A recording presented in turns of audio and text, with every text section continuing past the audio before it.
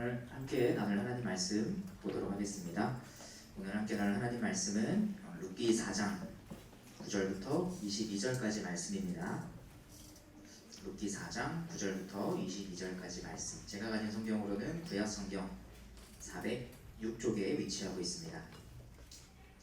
룻기 4장 9절부터 22절까지 한 절씩 교독하신 후에 마지막 22절 말씀을 합독하시겠습니다. 보아스가 장로들과 모든 백성에게 이르되 내가 엘리멜렉과 기럨과 말론에게 있던 모든 것을 나오미의 손에서 산 일에 너희가 오늘 증인이 되었고 말론의 아내 모아미 물을 사서 나의 아내로 맞이하고 그 죽은 자의 이름을 그의 이름으로 세워 그의 이름이 그의 형제의 죽음과 그 성문에서 끊어지지 아니하게 하매 너희가 오늘 증인이 되었느냐. 성문에 있는 모든 백성과 장로들이 이르되 우리가 증인이 되나니 여호와께서 내 집에 들어가는 여인으로 이스라엘의 집을 세운 라헬과 레아 두 사람과 같게 하시고 네가 에브라스에서 유력하고 베들레헴에서 유명하게 하시기를 원하며 여호와께서 이 젊은 여자로 말미암아 내게 상속자를 주사 내 집이 가만히 유다에게 낳아준 베레스의 제사가 받게 하시기를 원하노라. 이에 보아스가 룻을 맞이하여 아내로 삼고 그에게 들어갔더니 여호와께서 그에게 임신하게 하심으로 그가 아들을 낳은지라. 너희들이 나오미에게 이르되 찬송할지로다 여호와께서 오늘 내게 영혼을 불러다가 얻게 하지 아니하셨도다. 이 아이의 이름이 이스라엘 중에 유명하게 되기를 원한다. 이는 내 생명의 회복자이며 내 노년의 봉양자라. 곧 너를 사랑하며 일곱 아들보다 귀한 내 며느리가 낳은 자로다 하니라. 나오미가 아기를 받아 품에 품고 그의 양자가 되니라. 그의 이웃 여인들이 그에게 이름을 지어주되 나오미에게 아들이 태어났다 하여 그의 이름을 오벳이라 하였는데 그는 다윗의 아버지인 이새의 아버지였더라. 베레스의 계보는 이러하니라. 베레스는 헤스론을 낳고 헤스로는 람을 낳았고 람은 암미나답을 낳았고 암미나답은 나손을 낳고 나손은 살몬을 낳고 살몬은 보아스를 낳았고 보아스는 오벳을 낳았고 함께 읽겠습니다. 오벳은 이새를 낳고 이새는 다윗을 낳았더라. 아멘. 함께 드려진 예물 위해서 먼저 기도하겠습니다. 하나님 아버지, 오늘도 우리로 하여금 하나님께서 우리에게 말씀 안에서 그리고 예배 안에서 다시금 누릴 수 있고 또한 기억하게 하시는 이 안식의 자리로 초대하심에 감사합니다. 하나님 아버지, 우리로 하여금 하나님 안에서 안식을 누리지 못하게 했던 것들 있다면 하나님 그 모든 것들로부터 우리를 풀어주시되 주님께서 말씀하시길 나의 멍에는 가벼우니 내 멍에를 지라 라고 말씀하신 것과 같이 우리의 안식을 방해하고 있던 것들은 풀어주시되 하나님 아버지 그리스도께서 그 사랑 안에서 우리에게 명하신 것들을 우리가 기꺼이 받을 수 있도록 주님 도와주시옵소서. 하나님, 오늘도 귀한 예물 드리는 손길이 있습니다. 주님께서 그 예물들 기뻐 받아주시고 그 예물들을 통하여 주님의 나라가 온전히 그리고 아름답게 연약하지만 부족하지만 그럼에도 불구하고 이 땅 가운데 각 성도들의 마음에 세워질 수 있도록 주여 도와주시옵소서. 감사드리며 우리 구주 예수 그리스도 이름으로 기도합니다. 아멘. 오늘 본문 말씀 중심으로 해서 예비된 왕, 진정한 왕이라는 제목으로 함께 룻기 마지막 말씀 나누도록 하겠습니다.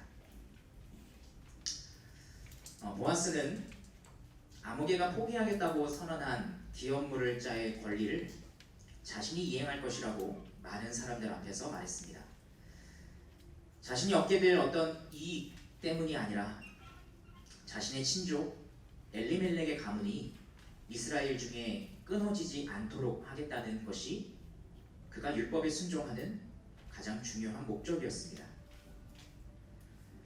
그러자 아무개와 보아스의 그 권리 이행에 대한 증인으로 참석했던 많은 백성들과 특히 10명의 장로들은 보아스를 향해 이렇게 축복해 주었습니다. 본문 11절부터 12절입니다. 성문에 있는 모든 백성과 장로들이 이르되 우리가 증인이 되나니 여호와께서 내 집에 들어가는 여인으로 이스라엘의 집을 세운 라헬과 레아 두 사람과 같게 하시고 네가 에브라스에서 유력하고 베들레헴에서 유명하게 하시기를 원하며 여호와께서 이 젊은 여자로 말미암아 내게 상속자를 주사 내 집이 다말이 유다에게 낳아준 베레스의 집과 같게 하시기를 원하노라 하니라. 베들레헴 사람들은 보아스와 결혼할 룻을 향해 그리고 그 가문을 향해 두 가지 상황을 비유로 들어 축복해 주었습니다. 첫 번째 비유는 룻이 라헬과 레아 두 사람과 같게 해달라는 것이었고, 두 번째 비유는 그 가문이 다말이 유다에게 낳아준 베레스의 집과 같게 해달라는 것이었습니다. 이 축복들은 성경을 읽는 우리와 그리고 이 본문 속 나오미 그리고 룻의 마음에 남아 있었을지 모르는 그 마지막 걸림돌을 마침내 해결될 것이라는 기대를 갖게 만들어줍니다. 마지막 걸림돌이 뭐가 있을까요? 이제 보아스가 마지막 권리를 자기가 이행하겠다고 선언했는데 그럼에도 불구하고 마지막 걸림돌이 남아 있어요. 바로 룻이 아이를 갖지 못할지도 모른다는 마지막 걸림돌 말입니다.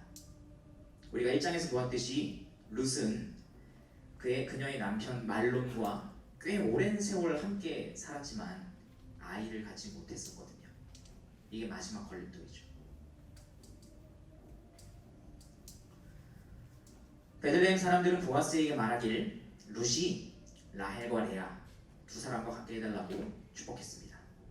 왜냐하면 이스라엘 민족은 이 라헬과 레아를 통해 시작되었는데 하나님께서 그녀들의 그 태를 열고 닫으셨다는 것을 이스라엘 백성들은 믿고 있었기 때문입니다. 창세기 29장 31절과 30장 22절부터 24절입니다. 여호와께서 레아가 사랑받지 못함을 보시고 그의 태를 여셨으나 라헬은 자녀가 없었더라. 레아의 태를 열어주신 이유가 나와있죠. 레아가 사랑받지 못함을 보시고 그의 태를 먼저 열어주셨습니다. 또 창세기 30장에서 이렇게 말씀합니다. 하나님이 라헬을 생각하신지라. 이번에는 라헬을 생각하셨다고 하시네요. 하나님이 그의 소원을 들으시고 그의 태를 여셨으므로 그가 임신하여 아들을 낳고 이르되 하나님이 내 부끄러움을 씻으셨다 하고 그 이름을 요셉이라 하니 여호와는 다시 다른 아들을 내게 더하시기를 원하노라 하였더라.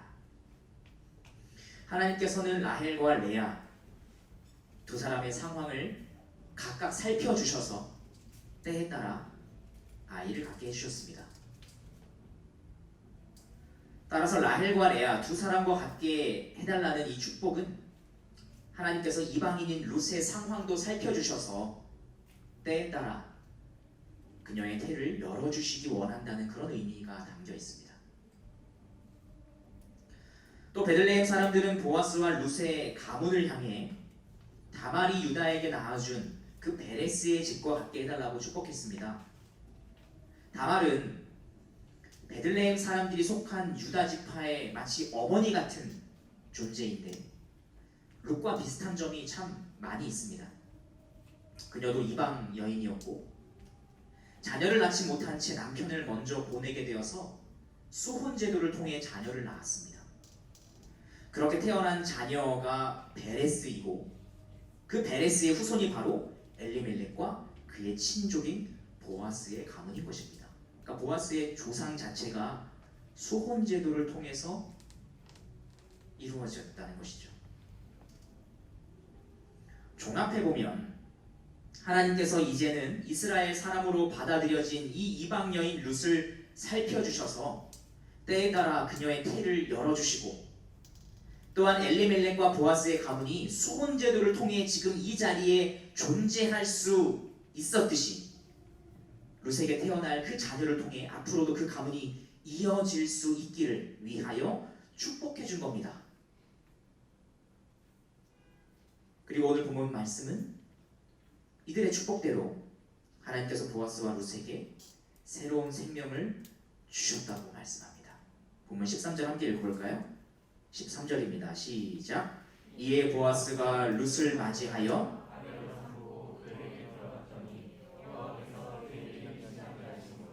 그가 아들을 낳은지라. 땅에 대한 권리와 자손에 이르기까지 그야말로 모든 것을 잃어서 하나님이 아브라함과 맺어주셨던 그 언약 밖으로 완전히 버림받은 것만 같았던 나오미는 이렇게 그 마지막 걸림돌까지 뛰어넘으며 마침내 모든 것이 회복되었습니다.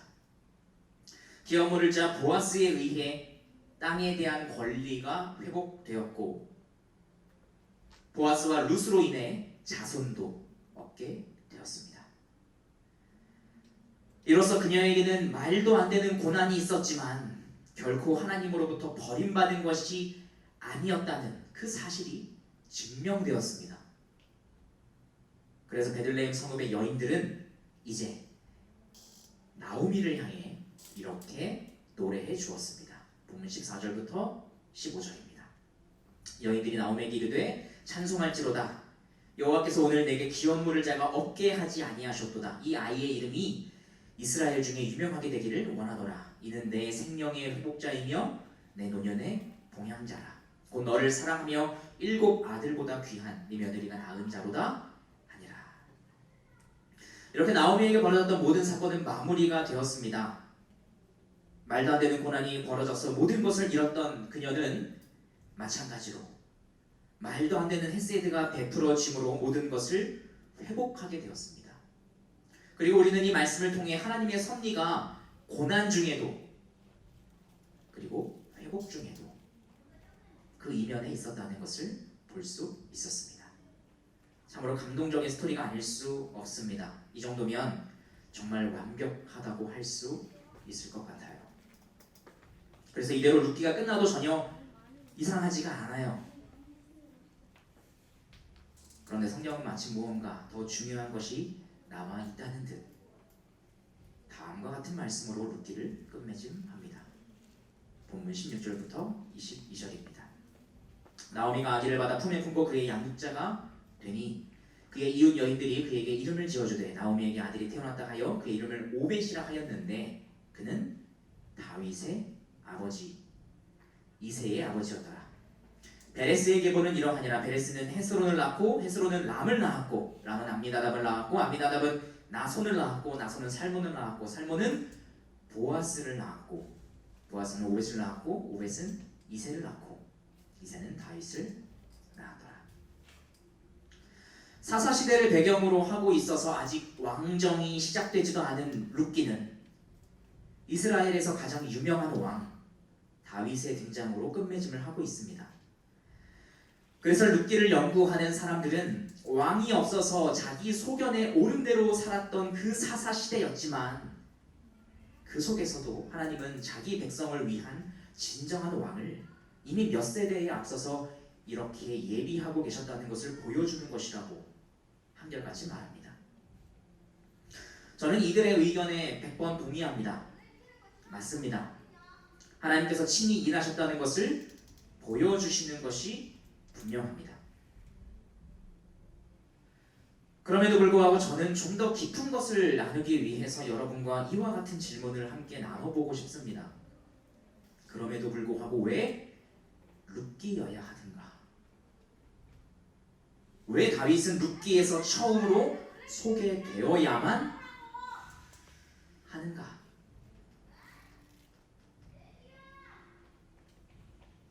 감사하게도 이 질문은 우리에게 성경 전체에서 룻기가 맡은 역할을 알 수 있도록 이끌어줍니다.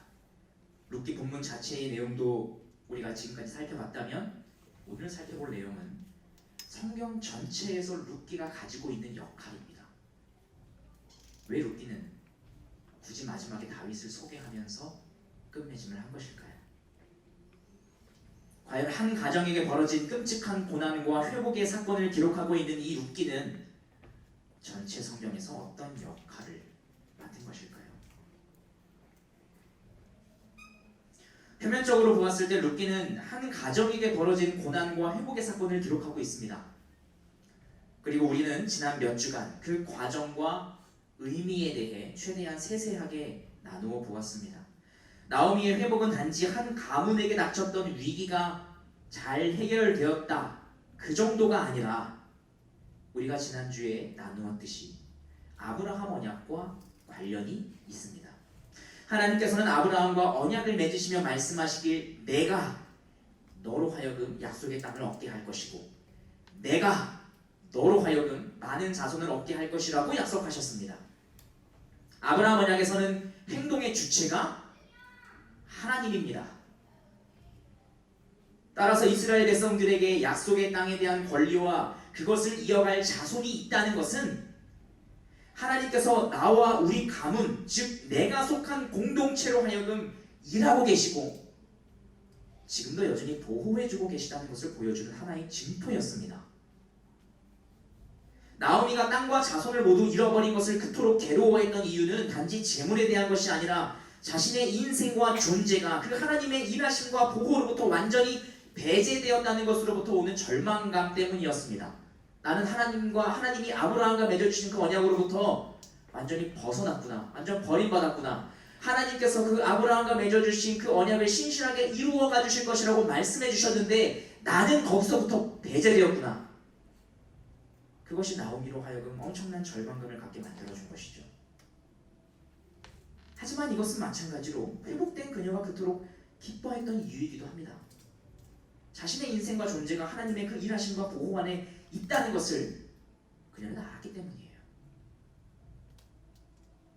이처럼 아브라함 언약 안으로의 회복이 룻기의 중요한 주제 중에 하나입니다. 그리고 룻기가 말씀하고 있는 또 다른 중요한 주제가 있습니다. 바로 나오미가 아브라함 언약 안으로 회복되어가는 그 과정입니다.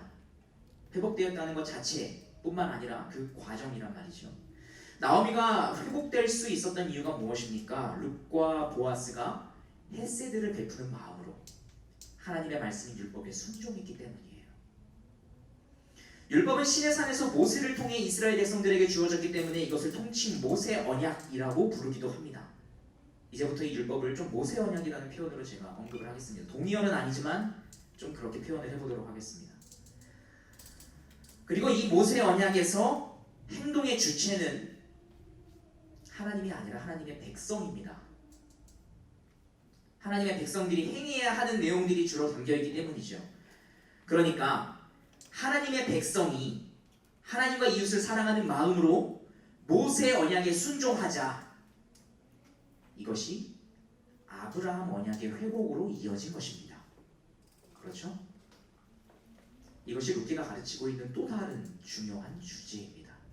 율법에 대한 순종이 아브라함 언약의 회복으로 이끌었다. 이제 이 두 가지 주제를 룻기가 끝맺음하면서 소개하고 있는 이 다윗과 관련해서 한번 살펴봅시다.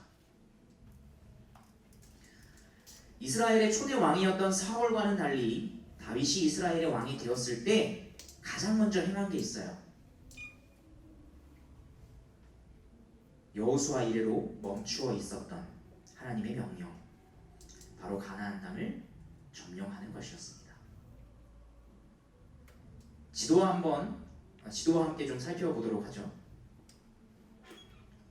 네. 이 첫 번째 지도는 이 초록색 부분 보이시나요? 초록색? 왼편에 있죠? 왼편 맞나요? 네, 왼편. 방향각이 여기 초록색 부분이 있죠, 그죠? 요거는 뭐냐면 하나님께서 아브라함에게 주시겠다고 약속해 주신 땅의 범위예요. 이스라엘 백성들이 차지해야 할 땅의 범위죠, 그죠? 가나안 땅에 들어가면. 자, 그 다음 사진은, 이 지도는 뭐냐면 사사기 1장입니다. 여호수아가 딱 죽었어요. 여호수아가 여기까지 땅을 얻고 딱 죽습니다. 요만큼 회복했습니다. 요만큼, 그죠? 요만큼. 아직 여기를 더 이렇게 회복을 해야 돼요, 그죠? 노란색 부분을. 그런데 사사기 끝날 때까지 회복을 했습니까? 못했습니까? 못했어요. 그죠? 다음 지도를 보시면 이게 조금 더 넓어 보이는데 이게 색깔이 좀 잘 구분이 안 되시죠? 여기가 회색 부분이거든요. 회색. 여기 회색. 여기가 회색 부분인데 여기가 사울 왕이 다스렸던 때의 이스라엘 백성의 지역이에요. 뭐 대략 요 때랑 비슷해요. 사사기 1장이나 사울이 다스렸던 때나 이스라엘은 가나안 땅을 점령하지 못했어요. 오히려 비슷한 영역을 다스리고 있었거든요. 그런데 다윗의 때에 요 초록색까지 점령합니다. 이렇게 지도를 비교해보면 이 지도랑 요 지도랑 오히려 요거보다 요게 더 넓죠. 그죠?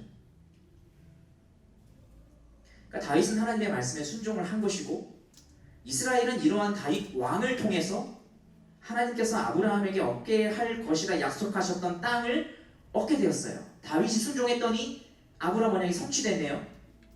그렇죠? 말씀에 대한 순종이 아브라함 언약의 회복과 성취로 이어지게 된 겁니다. 마치 하나님의 말씀에 순종한 룻과 보아스에 의해 나오미와 그녀의 가문, 그 공동체가 아브라함 언약을 회복할 수 있었던 것과 같이 말입니다.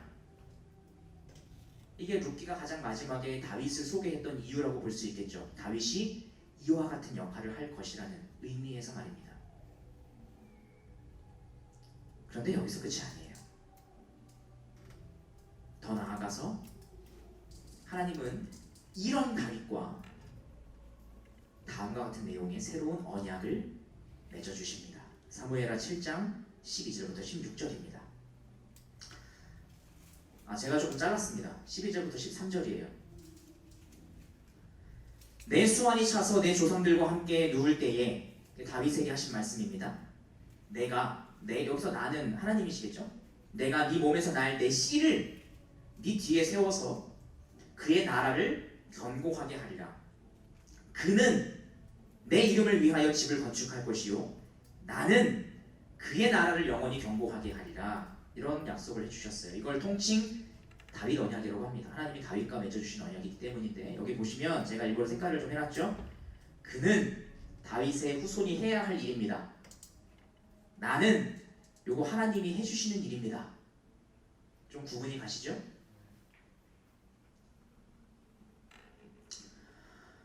다윗 언약은 다음과 같은 이 두 가지 약속으로 이루어져 있습니다. 하나님께서는 다윗으로부터 시작된 이 왕조를 영원히 견고하게 해주실 것이라고 말씀하셨습니다. 즉 하나님께서 영원히 세우고 계시는 영원한 왕국이 있다는 의미예요. 어떤 왕국이 있다는 거예요. 그죠? 영원히 견고하게 하시는 왕조가 있으니까 그 왕조가 다스리는 왕국이 있는 거죠. 이 약속의 행동의 주체는 누굽니까? 하나님이에요. 하나님이 그 영원한 왕국을 영원히 견고하게 하실 거예요. 따라서 이것은 아브라함 언약과 비슷한 성격을 가지고 있습니다. 자, 요 두 가지 약속이 있습니다. 요 영원한 왕조에 대한 행동의 주체가 누구라고요? 하나님이에요. 그래서 마치 아브라함 언약과 성격이 비슷하죠. 게다가 내용도 비슷해요. 아브라함 언약에서 약속되었던 두 가지가 약속의 땅과 많은 자손인데, 이 약속의 땅이 의미하는 게 뭐겠습니까? 영원한 왕국이 다스릴 영토. 많은 자손이 의미하는 것은 무엇일까요? 이 영원한 왕국에 포함될 백성.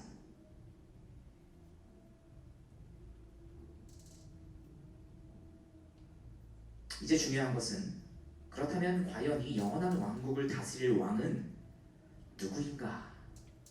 하나님께서 왕국은 영원히 견고하게 해주실 건데, 그러면 그 영원히 견고하게 설 그 왕국을 다스릴 왕은 과연 누구냐 하는 것이죠.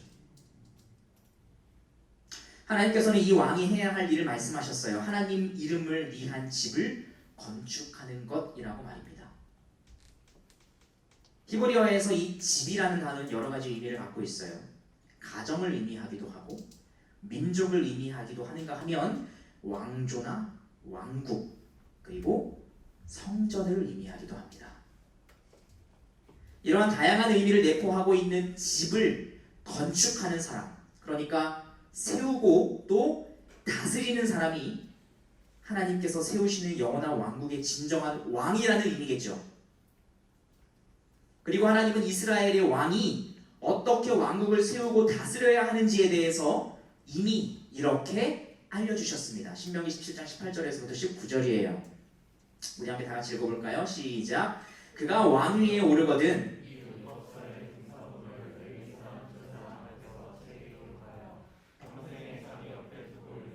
그의 하나님 여호와 경외하기를 배우며 이 율법의 모든 말과 이 규례를 지켜 행할 것이라. 그리하면 그의 마음이 그의 형제 위에 교만하지 아니하고 이 명령에서 떠나 좌로나 우로나 치우치지 아니하리니 이스라엘 중에서 그와 그의 자손이 왕위에 있는 날이 장구하리라. 영원한 왕국의 진정한 왕이 될 수 있는 사람은 모세 언약에 완전하게 순종하는 사람입니다. 만약 이스라엘의 왕으로 세움받았다 할지라도 모세 언약에 순종하지 않으면 그는 단지 이스라엘을 스쳐가는 그냥 왕일 뿐이고 영원한 하나님 왕국의 왕좌에 앉을 수 있는 진정한 왕은 아니에요. 그죠? 요 왕이 해야 하는 건 뭐냐면 모세 언약에 순종하는 겁니다. 그래서 이 다윗 언약 안에서는 아브라함 언약과 모세 언약이 이렇게 연결됩니다.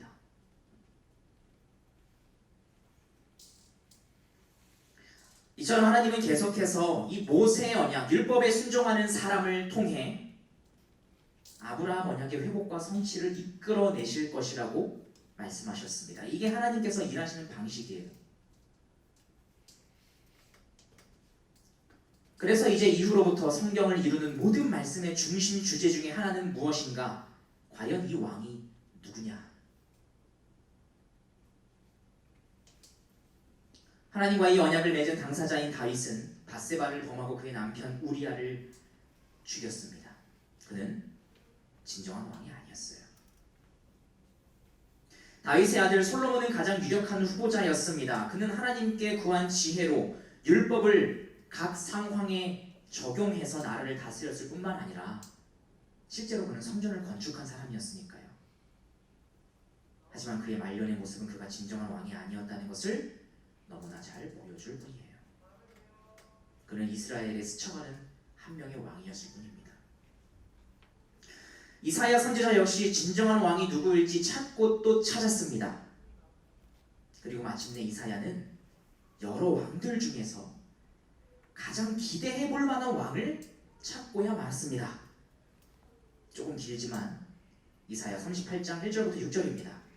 그때에 히스기야가 병들어 죽게 되니 아모스의 아들 선지자 이사야가 나아가 그에게 이르되 여호와께서 이같이 말씀하시기를 너는 네 집에 유언하라 네가 죽고 살지 못하리라 하셨나이다 하니 히스기야가 얼굴을 벽으로 향하고 여호와께 기도하여 이르되 뭐라고 하는지 봅시다. 여호와여 구하오니 내가 주 앞에서 진실과 전심으로 행하며 주의 목전에서 선하게 행한 것을 기억하옵소서 하고 자기가 뭘 지켰다는 겁니까? 율법에 순종했다는 거죠. 나는 모세 언약에 지금까지 순종한 왕이지 않습니까? 히스기야가 심히 통곡하니 이에 여호와의 말씀이 이사야에게 임하여 이르시되 너는 가서 히스기야에게 이르기를 네 조상 다윗의 하나님 여호와께서 이같이 말씀하시기를 내가 네 기도를 들었고 네 눈물을 보았노라. 내가 네 수한에 15년을 더하고 너와 이 성을 아수르 왕의 손에서 건져내겠고 내가 또 이 성을 보호하리라. 하나님께서 히스기야의 이 수명을 연장시켜 주셨다는 것이 무슨 의미를 담고 있는지 좀 보이십니까? 다윗 언약 안에서 이 사건이 단순히 그냥 하나님이 기도했더니 생명을 연장시켜 주셨다 그런 정도의 의미가 아니라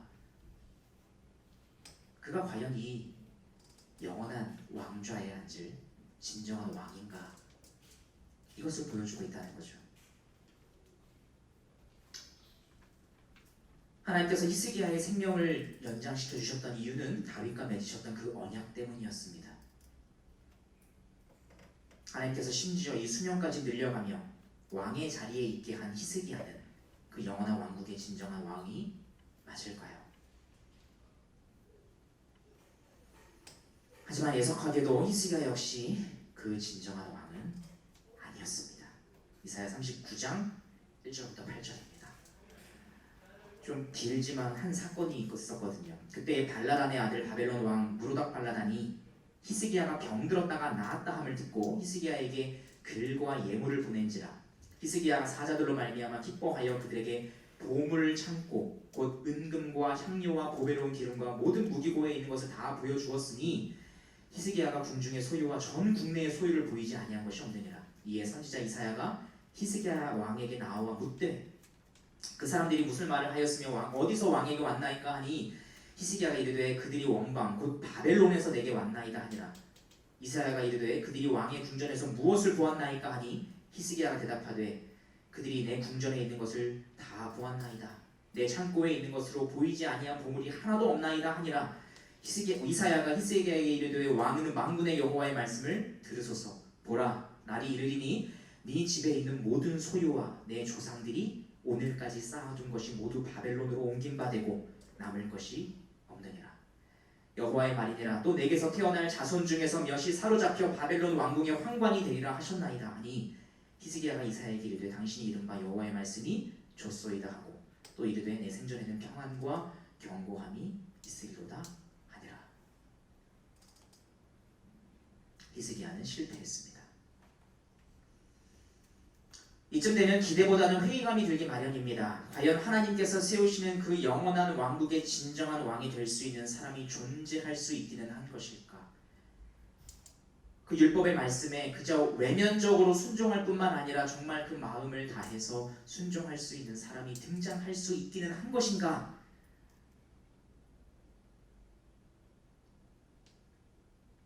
그래서 하나님은 바로 다음 장에 이렇게 말씀해 주십니다. 이사야 40장 10절부터 11절이에요. 보라, 주 여호와께서 장차 강한 자로 임하실 것이요 친히 그의 팔로 다스리실 것이라. 보라, 상급이 그에게 있고 보응이 그의 앞에 있으며 그는 목자같이 양떼를 먹이시며 어린 양을 그 팔로 모아 품에 안으시며 젖먹이는 암컷들을 온순히 인도하시리로다. 또 이사야 42장 1절부터 4절은 이렇게 말씀합니다. 내가 붙드는 나의 종, 내가 마음에 기뻐하는 자, 곧 내가 택한 사람을 보라. 내가 나의 영을 그에게 주었은즉 그가 이방의 정의를 베풀리라. 그는 외치지 아니하며 목소리를 높이지 아니하며 그 소리를 거리에 들리게 하지 아니하며 상한 갈대를 꺾지 아니하며 꺼져가는 등불을 끄지 아니하고 진실로 정의를 시행할 것이며 그는 쇠하지 아니하며 낙담하지 아니하고 세상에 정의를 세우기에 이르리니 섬들이 그 교훈을 앙망하리라. 무슨 말씀입니까? 진정한 왕을 하나님 편에서 직접 준비하시겠다는 것이 하나님의 계획입니다. 그저 준비할 뿐만 아니라 하나님께서 직접 진정한 왕으로 이 땅에 오시겠다는 겁니다. 이쯤 되면, 아니 어쩌면 진작부터 여러분은 눈치를 채고 계셨을지도 모르겠습니다. 신약의 시작을 알리는 우리 주 예수 그리스도, 그분이 바로 영원한 하나님의 왕국을 다스릴 진정한 왕이십니다. 그분도 진정한 왕이 되기 위해서는 모세의 언약, 그러니까 율법에 순종을 하셨어야 했습니다. 그 자격을 획득하기 위해서는요. 그래서 율법을 주신 분께서 율법 아래에 친히 태어나셨습니다. 갈라디아서 4장 4절부터 5절입니다. 때가 참에 하나님이 그 아들을 보내사 여자에게서 나게 하시고 율법 아래에 나게 하신 것은 율법 아래에 있는 자들을 속량하시고 우리로 아들의 명분을 얻게 하려 하심이라. 그리고 십자가에 달리시기 전날 밤 빌라도와의 대화에서 주님께서는 이렇게 말씀하셨습니다. 요한복음 18장 33절부터 37절입니다. 이에 빌라도가 다시 관정에 들어가 예수를 불러 이르되 네가 유대인의 왕이냐? 예수께서 대답하시되 이는 내가 스스로 하는 말이냐? 다른 사람들이 나에 대하여 네게 한 말이냐? 빌라도가 대답하되 내가 유대인이냐? 네 나라 사람과 대제사장들이 너를 내게 넘겼으니 내가 무엇을 하였느냐? 예수께서 대답하시되 내 나라는 이 세상에 속한 것이 아니니라. 만일 내 나라가 이 세상에 속한 것이 있었더라면 내 종들이 싸워 나로 유대인들에게 넘겨지지 않게 하였으리라. 이제 내 나라는 여기에 속한 것이 아니니라. 빌라도가 이르되 그러면 네가 왕이 아니냐? 예수께서 대답하시되 네 말과 같이 내가 왕이니라. 내가 이를 위하여 태어났으며 이를 위하여 세상에 왔나니 곧 진리에 대하여 증언하려 함이로다. 무릇 진리에 속한 자는 내 음성을 듣느니라 하신대. 영원한 하나님 왕국의 진정한 왕이신 예수님은 그 왕국에 속했으나 타락으로 인해 들어오지 못하게 된 자기 백성들을 죄에서 건지시고자, 즉 그들을 위한 기업 물을 자가 되시고자 십자가에 달려 자신의 생명으로 그 값을 대신 지불하셨습니다. 속죄하셨습니다. 그리고 부활하시고 승천하셔서 마침내 하나님께서 영원히 세우시는 그 하나님 왕국의 보좌에 앉아 계십니다. 오늘 우리는 룻기를 마치면서 이 룻기가 성경 전체를 아우르는 거대한 진리의 말씀 속에서 어떤 역할을 담당하고 있는지 살펴보았습니다. 룻기로부터 줌아웃하여 구약과 신약을 바라보았습니다. 이제 다시 오늘 본문 속으로 좀 들어가 보겠습니다. 현재를 살아가는 우리는 룻기의 말씀 속 상황과 비슷한 처지에 놓여 있다고 여겨집니다. 룻기가 그 끝맺음을 예수 그리스도의 예표인 다윗을 내세워 이스라엘의 진정한 왕이 올 것을 고대하며 내다보았듯이 우리 역시 영원한 하나님 왕국의 진정한 왕이신 그리스도께서 다시 오실 것을 고대하며 살아가고 있기 때문입니다. 그렇다면 그 삶을 우리는 과연 어떻게 살아갈 것인가? 우리가 기억해야 할 것은 이것입니다.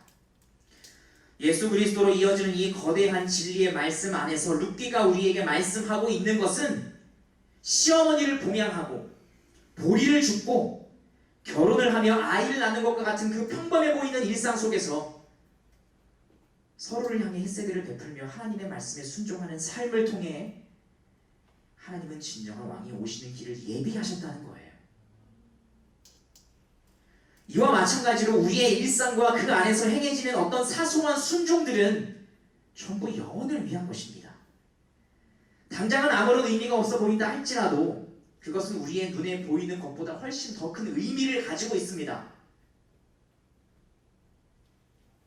그러므로 비록 우리의 일상에서 행해지는 순종들이 아무리 사소해 보이고 실제로 사소한 일이라 할지라도 그것은 결코 사소한 것을 위한 것은 아니라는 것이 드러나게 되는 것이죠. 여러분의 일상과 그 사소해 보이는 작은 순종 하나, 그것은 영원한 왕국의 도래를 예비하는, 그리고 진정한 왕이 오시기를 맞이하기를 준비하는 그 거대한 흐름 속에 마치 한 조각 한 조각 모자이크와 같습니다. 그것을 기억하시며 그 사소해 보이는 그 순종의 길 속에서 비록 그 모든 것에 하나하나의 의미는 되찾지 우리가 알지 못한다 할지라도 이 거대한 흐름을 여러분 언제나 기억하시며 나아가시길 주님의 이름으로 축복합니다. 우리 함께 찬양하며 잠깐 기도하는 시간 갖도록 하겠습니다.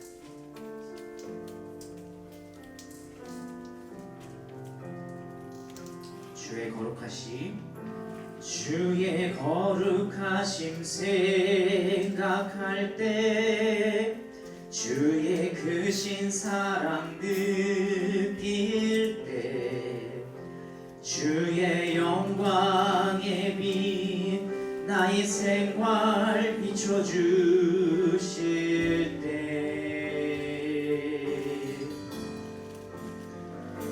주가 주신 기쁨 맛볼 때에 주의 사랑 속에 나 잠길 때 주의 영광의 빛 나의 생활 비춰주실 때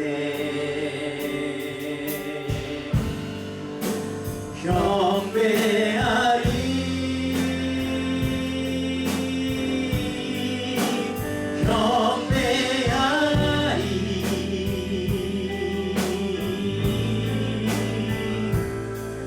나 사는 동안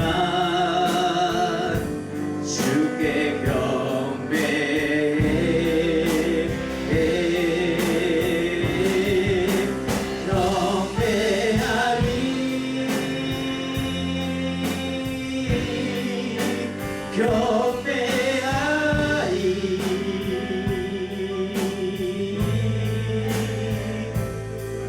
나 사는 동안 주께 경배. 우리 처음 다시 한번 고백해 보겠습니다. 주의 거룩하심 생각할 때 주의 거룩하심 생각할 때 주의 크신 사랑 느낄 때 주의 영광의 빛 나의 생활 비춰주실 때 주가 주신 기쁨 맛볼 때에 주의 사랑 속에 나 잠길 때 주의 영광의 빛 나의 생활 비춰주실 때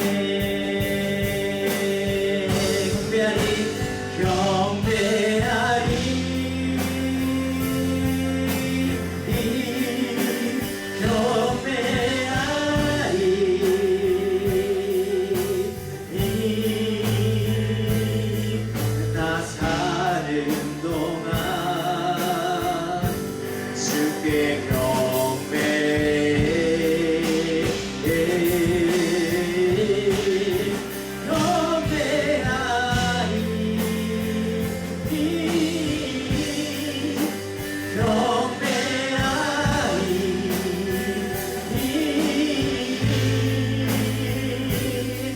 나 사는 동안 우리 마지막으로 다시 한번 고백하겠습니다.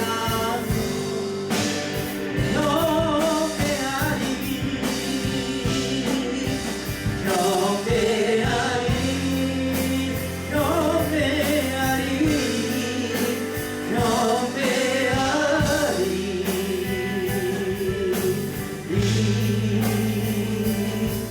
나 사는 동안 주께 경배해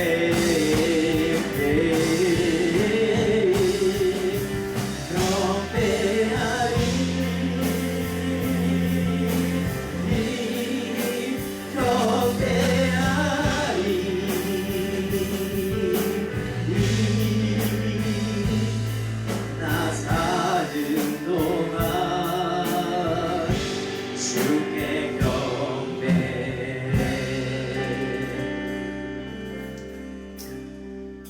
하나님, 우리는 주로 반복되는 일상을 살아갑니다. 그 반복되는 일상 속에서 우리가 하나님께 올려드릴 순종은 어떤 거대한 것이 아니라 사실 대부분 굉장히 사소한 것입니다. 단지 신앙적인 영역 안에만 속하는 것뿐만 아니라, 그래서 우리가 하나님과의 관계뿐만 아니라 내 가족과 내 직장 동료와 내 친구들과 내가 사랑하는 사람과 그 관계 속에서 우리가 해야 할 순종은 어쩌면 대부분 굉장히 사소한 것일지 모르겠습니다.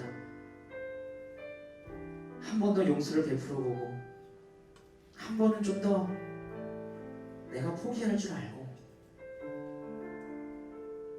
조금은 더 사랑을 베풀어보고, 그런 사소해 보이는 그 순종들이 하나님, 때때로는 정말 별것 아닌 것처럼 보이고, 내가 이걸 해서 과연 무슨 의미가 있나, 그런 생각이 들 때가 있을지도 모르겠습니다. 그러나 하나님, 그 사소한 순종들 그 조각조각들이 모여서 하나님께서 이루시는, 하나님께서 세우겠다 말씀하신 그 영원히 견고하게 설 그 왕국이 마침내 오는 그 길을 주님은 예비하고 계십니다. 하나님 아버지, 우리가 언제나 이것을 기억하면서 비록 우리의 순종이 아무리 사소해 보이고 작게 보인다 할지라도 하나님 아버지, 우리가 하는 그것이 가지고 있는 의미는 결코 사소하지 않다는 것을 우리가 기억하게 하여 주시옵소서. 우리 이러한 마음을 가지고 함께 우리 주님 앞에 기도함으로 나아가도록 하십시다. 함께 기도하시겠습니다. 살아계신 하나님 아버지, 주님께서 우리에게 사랑을 베풀어 주시고 주님께서 우리에게 주시는 그 기쁨을 우리가 맛볼 때에 하나님께서 우리의 삶 가운데 빚어주시는 그 영광의 빛으로 인하여 우리의 생활을 비춰주실 때 우리가 해결이 되는 그 작은 정말 사소해 보이는 그 순종 하나하나가 내가 이것까지 해서 무엇하나, 내가 이 정도까지 해야 하는가, 이번에서 과연 내가 무슨 의미가 있는가, 아버지 하나님, 어쩌면 우리는 정말 많은 순간 반복되는 일상 속에서 불안을 하며 살아가고 있을지 모르겠습니다. 그러나 하나님 아버지, 하나님께서는 그러한 사소한 순종을 하나하나를 연결시키고 이어서 주님께서 오시는 그 길을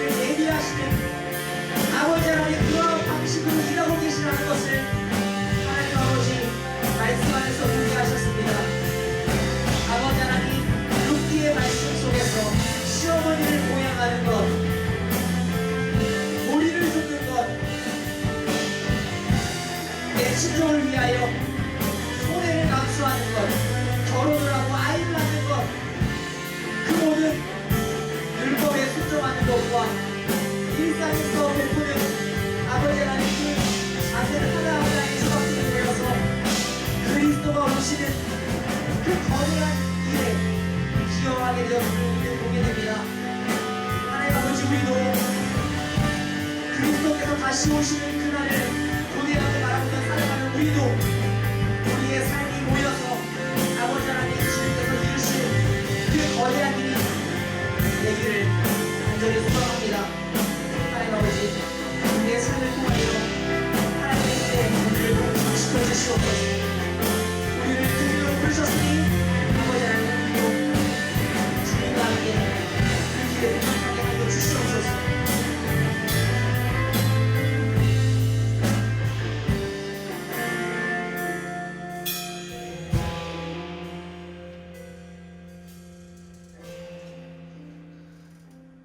이제는 우리 주 예수 그리스도의 은혜와 성부 하나님의 무한하신 사랑함과 성령 하나님의 교제인도 충만케 하신 은총이 비록 반복되는 일상 속에서 사소해 보이는 순종이라 할지라도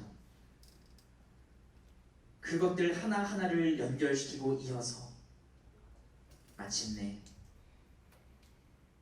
이 땅 가운데 도래할 하나님의 영원한 왕국, 그리고 우리가 사모해 마지 않는 영원한 왕이신 예수 그리스도가 오시는 그 길이 된다는 것을 기억하는 여기 모인 이 청년 한 명 한 명 위에 이제로부터 영원토록 함께 있을지어다.